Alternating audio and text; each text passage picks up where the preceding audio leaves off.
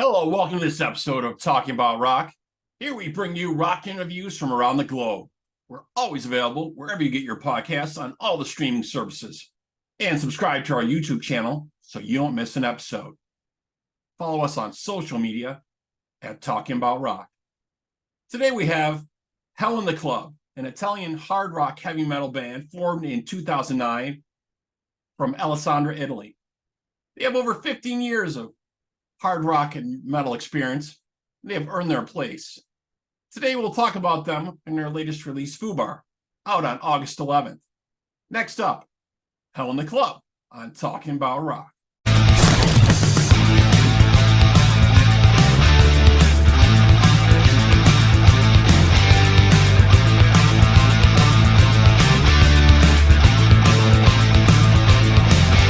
All right, joining us now we have from Hell in the Club, Marco. How's it going, Mark?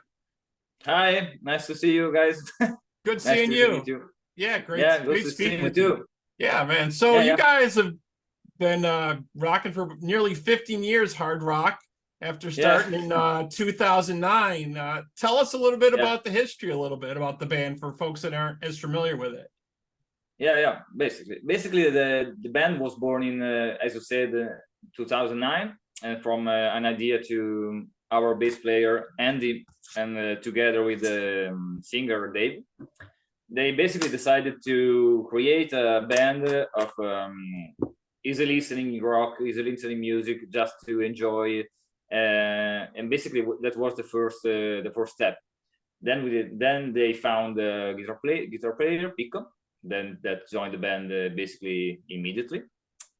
And the guys started to wrote some music, and then I was basically the first drummer they are asked for. Oh, they auditioned. You're the first one they auditioned. Yeah. The first one was me, basically, and it's a curious fact. but at this time I had a lot of bands, a lot of issues, and just cannot join in the band. So they choose another drummer, but we are friends. We live in the same cities, more or less. I love this kind of music, so we just keep in contact every year. I had a couple gigs that when the official drummer was not able to play, I make for a session drummer. And then after a lot of years, I became the official one. They asked me again after another split, and I became. So, and yeah, that's it. We are in four. Yeah, and you guys have been pretty busy in Europe. You've done some extensive touring in Europe and the UK. Crash Diet, Jet Black. We're at the we love. Yeah, go ahead. Yeah. We'd love to, as I said, we'd love to play so much more in Europe, because the last 2 or 3 years, unfortunately, because of the pandemic also, and it was very hard to play. But we have a lot of great show in Italy, of course, but also in the rest of the Europe. We had one in last month in Wild Fest in Belgium. It was really awesome. Really awesome, and that show was a key to say, guys, we have to play more. We have to play more in Europe, because it's we have to, especially now that we have a new album out. So this is one of our next goal, I guess. Yeah, definitely. You guys definitely been busy, touring and playing with different festivals all over. And it just seems like in Europe and over there, metal is really, really big. It's not that big in the US again. We're all hoping that it comes to be that. All us metal fans that are waiting for this more of a resurgence, as we got the hard rock resurgence going on right now, right? With the 80s resurgence. Right, but we're really waiting for more of a metal resurgence, because I see a lot of the U.S. bands. They head over there. They're in Italy and Japan and different places over there, and they're touring all over the place. We're waiting for it to come back here and be a bigger thing like it used to be here. We're waiting for that. We hope to, of course. We hope to. It's one of our goals. So we hope to play. Yeah, and some of your other folks are also in other projects as well. I was reading here, Andy's a member of another metal band, Secret Sphere. Yeah, And, yeah, we played Dave, together. Yeah, and Dave is a singer for another metal band, Elvin King. So yeah, I know a lot of folks nowadays have multiple projects going on. That's kind of the only way to do it. Whatever is hot at the moment, you kind of jump into that act, do some stuff, do some, recording and touring, and yeah, then maybe switch it up. Everybody seems to be in like at least three bands nowadays. yeah. You It's know? like that, like you say. Yeah, like it's like to say that exactly. You just jump from a project to another project to an album from an album to another album. So Yeah. every time it's like that. Yep. And you guys got a new album coming out, F.U.B.A.R. So let's Yeah. talk a little bit about that. So I was reading the songwriting on this and I was listening to it. The songwriting is definitely more focused on this than it's been a little bit in the previous albums. Was that really, really thought about to be more focused and precise on what you're trying to come across, and darker too, right? Yeah, I agree with you. We just decided to record a new album, more more direct, more live addicted, just to play this fucking song from a live show without samples, without 1,000 arrangements. Yeah. Don't even get me started on samples and not playing live, and that's a whole crazy conversation right there. When people are going to see bands and they're not live, they're on a laptop or whatever. But well, to be honest, we have to use a little of samples, of course, when we play in live, but we try to do even time less. Yeah, well, that's different if you have like a beginning to a track that has some effects to it that might have like some rain or some thunder. That's different. But we're just saying, like, when you're playing your instruments, that should be a live instruments being played, right? Totally agree with you, man. Totally agree. But evidently you can get away with that nowadays. I mean, it's impossible to have a rock show without playing live.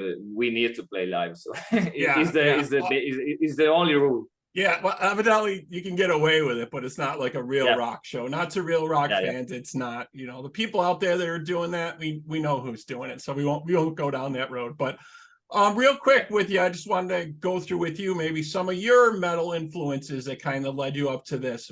What were you listening to and getting into as you were getting into metal and rock?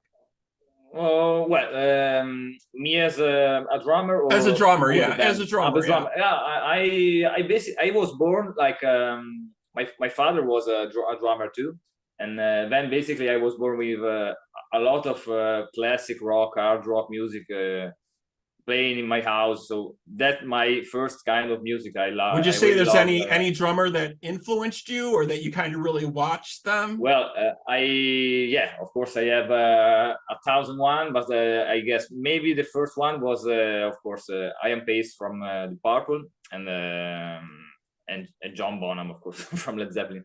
These two drummers was the first two drummers I loved. Then my tastes go around to the more extreme rock and turns into metal too. When I discovered Metallica, of course, I was shocked from that kind of sound, 80 metal sound. So I was stubborn about that, and just began to heard more about metal. And then I discovered a band that probably shocked me forever, and that band is called Dream Theater. And excellent, I love Dream Theater. Dream Theater, and Mike Portnoy as a drummer. Yeah, that man was the man for me, the drummer. Then I was 15 maybe when I discovered Dream Theater music, when I heard Mike Portnoy for the first time, and I just decided, I have to play like this. I have to be a drummer. I have to be this kind of musician. So I guess Mike Portnoy and Dream Theater just are one of my greatest influences. It's not the only one, of course, but the one is one of the greatest. Yeah, definitely some great folks there. I love all those folks as well, definitely. And I know Lars has been saying now he wished he hadn't played so intense and so fast years ago, because it's a little tough now keeping up with that. You kind of painted himself into the corner a little bit there, and now he's like got to really, after he's doing a 2-hour show, he can really feel it. you know. Of course we can. But Yeah, yeah. and definitely Mark Portnoy of Dream Theater, just amazing guy. I know when I heard their stuff Yeah. first come out, Images and Words, I was blown away by all that stuff. Yeah. Definitely. Yeah, of course. But yeah, so you guys got a Definitely new masterpiece. album coming out. You got F.U.B.A.R coming Yeah. out on August 11th, and we wanted to play some of that for the folks here. But tell us a little bit about the track we're going to play. It's a Total Disaster. What can you tell us about that track? Yeah, the Total Disaster, we choose this one as a second single because when we wrote in Total Disaster was included in one of the first 5 or 6 songs we wrote for this album, and that was the song we enjoyed the most, okay, during the pre-production. So we just already decided to make a single for that song. And it's a song written by our bass player Andy, together with Pico, the guitar player. And as always, when we write music, just started from 1 or 2 components. It depends. And then the rest of the guys of the band just try to say something about that, try to change a little bit or arrange, of course. And then Dave, the singer, took these vocal lines and the lyrics. It's always basically the same situation, you know, when we write some. But I can say that song was one of my first choice when I heard the pre-production, just to say, hey, this song, in my opinion, could be a nice one. Be a standout track, and I definitely think it is. Yeah. So I want to take a quick break here. We're going to play the video and the audio for folks who just listening to the audio podcast for Total Disaster here from the new album F.U.B.A.R from Hell in the Club. We will be right back here on Talking About Rock.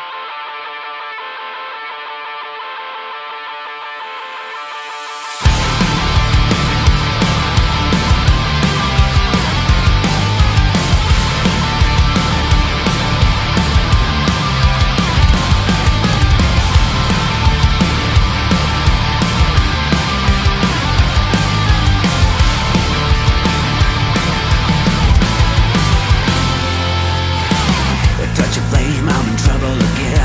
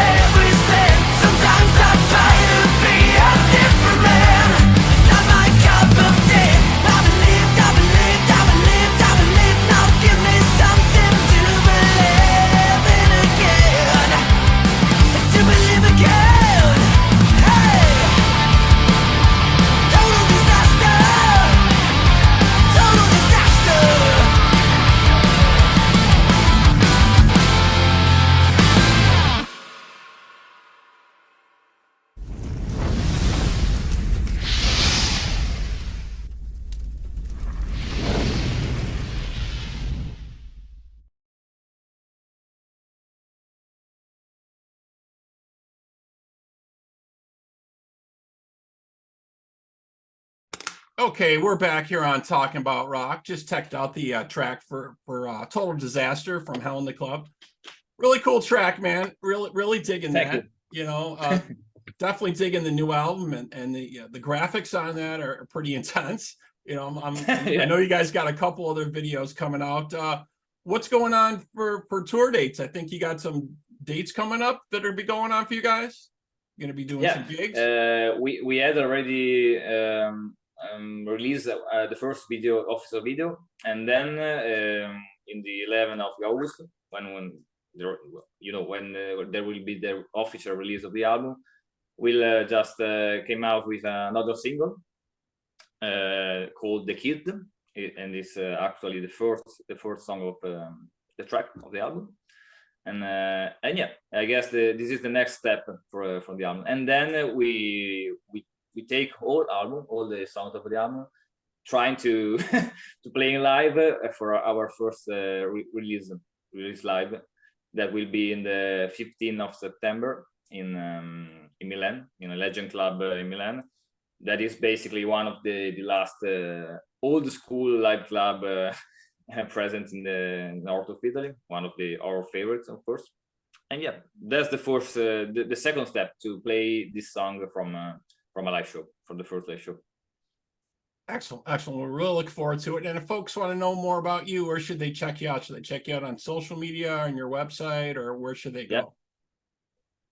Yeah, you can find it out on Instagram, of course, and on Facebook. We have our pages too, on YouTube.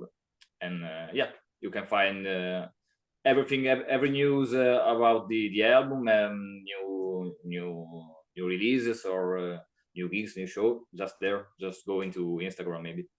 Excellent, excellent. Yep. So F.U.B.A.R is going to be out on August 11th from Hell in the Club. You folks can check that out, and they'll be playing some dates coming up soon. Andy, thank you so much for being with us today. Really appreciate it. Thank you, man. Thank you really much. I want to thank everyone out there for keeping the torch alive with Talking About Rock. Remember, support the music you love wherever you are. And again, man, thank you so much. Thank you, guys. Thank you for listening and for maybe enjoying the music. Thank you so much. We will, definitely. Have a good one, man.